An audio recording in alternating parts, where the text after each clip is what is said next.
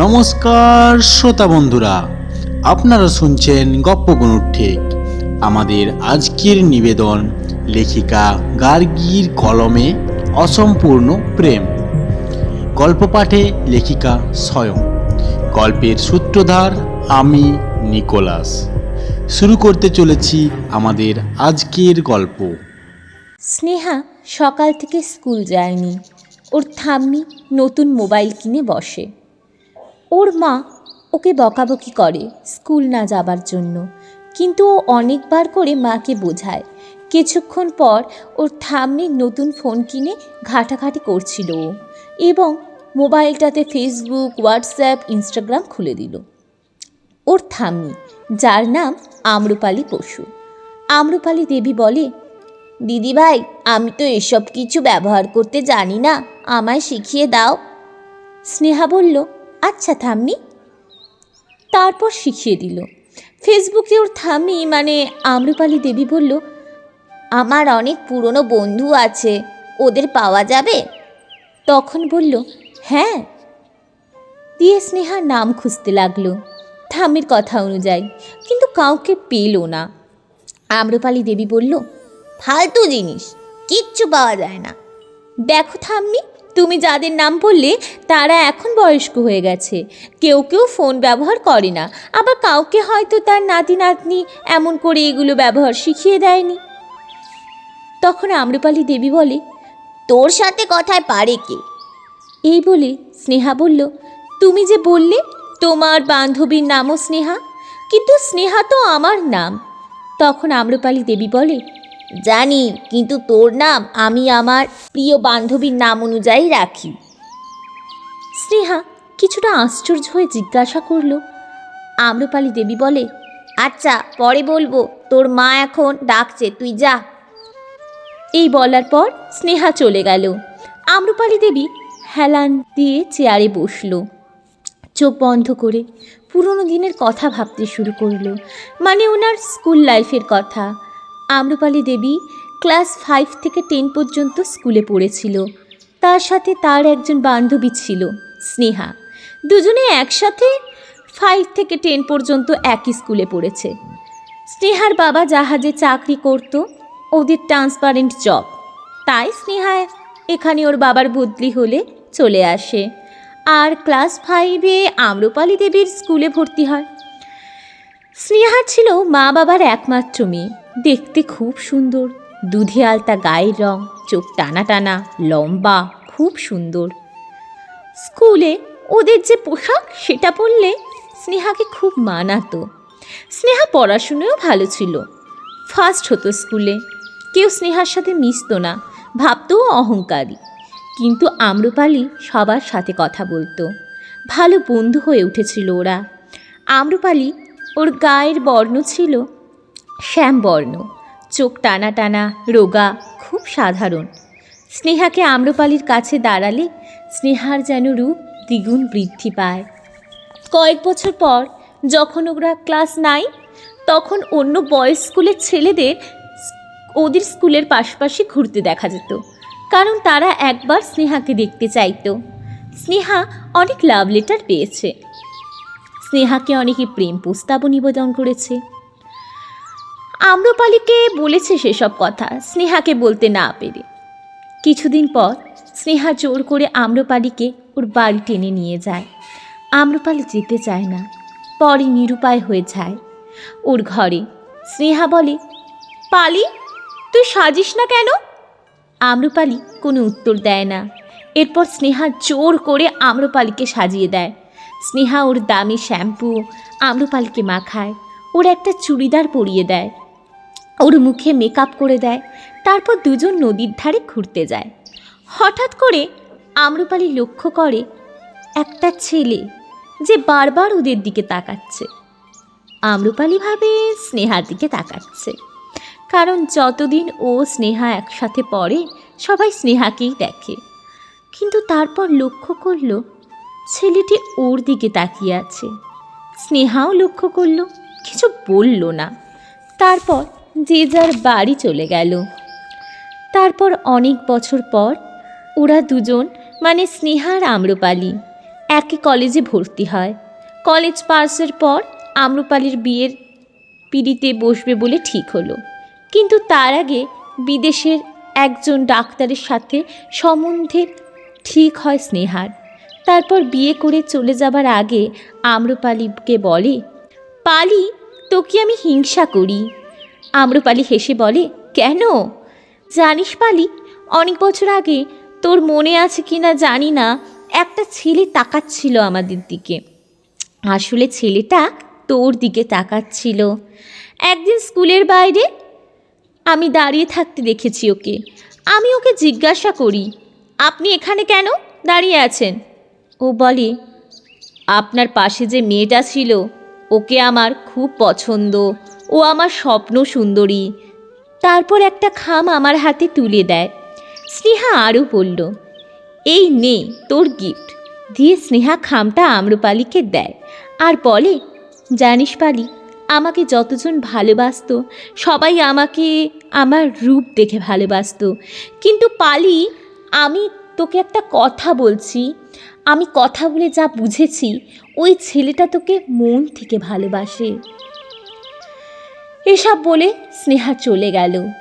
আম্রপালি ঘরে এলো। ওর শরীরে একটা আলাদা উত্তেজনা। ও রুমে গিয়ে খাম খুলল, দিয়ে একটা ছবি পেল আর একটা চিঠি, যেখানে লেখা আছে, তুমি আমাকে চিনবে না, কিন্তু আমি তোমাকে যবে থেকে নদীর ধারে দেখেছি, তোমাকে ঘুমানোর সময় দেখেছি, তুমি আমার স্বপ্নে দেখা মেয়ে, তুমি আমার স্বপ্নে দেখা সেই সুন্দরতম নারী। তোমাকে না বলে তোমার একটা ছবি এঁকেছি। তোমাকে কিছু বলতে পারিনি ভয়, কারণ এখনও আমি নিজের কিছু করি না। তার জন্য আমি রোজ তোমার স্কুলের সামনে, কলেজের সামনে একবার হলেও তোমাকে দেখার জন্য যেতাম।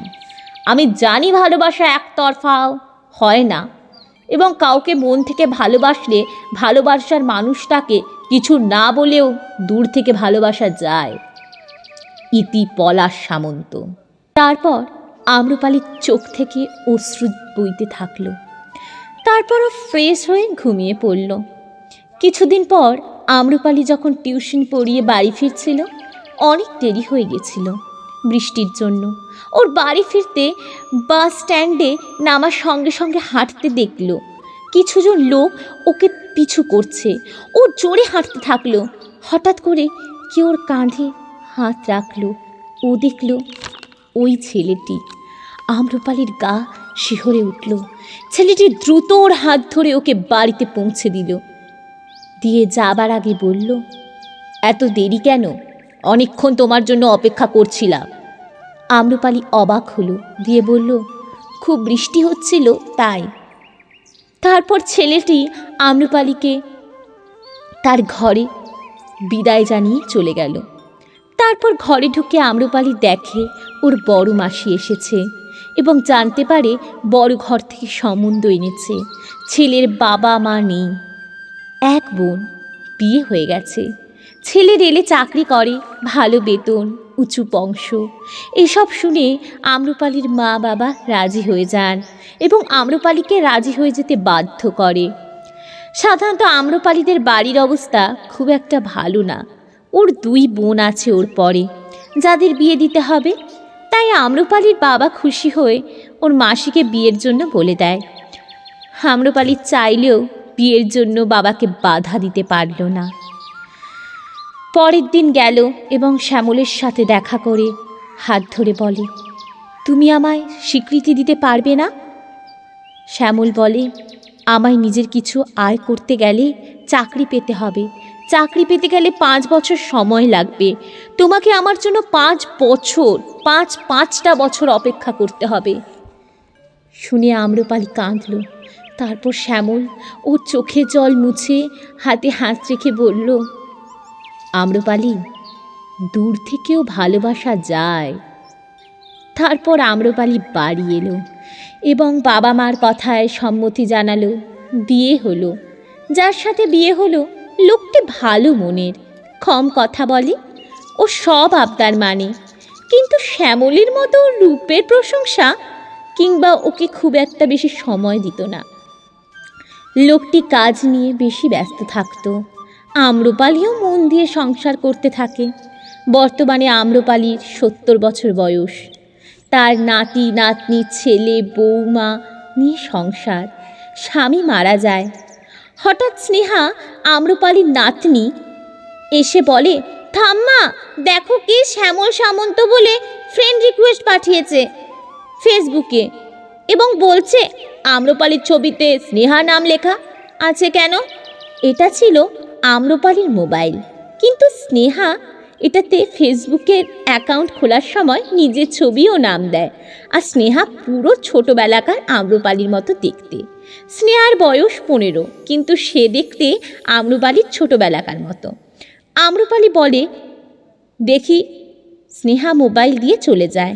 আম্রপালি দেখে শ্যামল, তখনও চিনতে পারে। ওইখানে শ্যামল এর ইয়ং বয়সের ছবি দেওয়া ছিল ফেসবুকের ডিপিতে। আম্রপালি বলে, কেমন আছো শ্যামল? শ্যামল বলে, ভালো। আম্রপালি বলে, তোমার বয়স কত হলো? শ্যামল মেসেজে বলে 75। আম্রপালি বলে, এখনও যুবক বয়সের ছবি দিয়ে রেখেছ? শ্যামল বলে, ভেবেছিলাম কোনো একদিন যদি পালির সাথে দেখা হয়, তখন বৃদ্ধ বয়স দেখে পালি যদি ফ্রেন্ড রিকোয়েস্ট গ্রহণ না করে। আম্রপালি এই মেসেজগুলো পড়ে হাসলো। আম্রপালি বলে, বিয়ে করেছ? তোর ছেলে মেয়ে কেমন আছে? শ্যামল বলে, বিয়ে করিনি। সংসার বলতে ভাইয়ের ছেলে মেয়ে বউ, নিজের সংসার করিনি। ওই সংসারের নাটকটা হতো না। আমি একটা মেয়েকে ভালোবেসেছি আর সারা জীবন বাসবো। আর সেই মেয়েটা তুমি আম্রপালি। তোমার বিয়ের খবর পেয়ে আমার খুব কষ্ট হয়েছিল, বিশ্বাস করো। কিন্তু আমি জানি দূরে থেকেও ভালোবাসা যায়, তাই আজও আমি কোনো নারীর কাছে যাইনি। তারপর শ্যামল বলল, ভালোবাসার মধ্যে ত্যাগ থাকে, তাই তোমাকে অন্যর সাথে বিয়ে হয়ে যেতে তোমার প্রতি আমার শ্রদ্ধা কমেনি। শ্যামল বলে, তুমি কেমন আছো? আম্রপালি বলে, স্বামী মারা গেছে, ছেলে বৌমা নাতনি নিয়ে সংসার। মেয়ের বিয়ে দিয়েছি বাইরে। শ্যামল বলল, কি করে মারা গেল স্বামী? আম্রপালি বলল, স্ট্রোকে। শ্যামল বলল, ও আচ্ছা। তারপর আম্রপালি বলে, আমার নাতনি মোবাইল নেবে, পরে কথা বলবো। দিয়ে আম্রপালি বিদায় জানালো শ্যামলকে। শ্যামলও ঠিক আছে বলল। তারপর মোবাইল রেখে আম্রপালি মোবাইলে বুকে জড়িয়ে নীরবে কাঁদতে থাকে।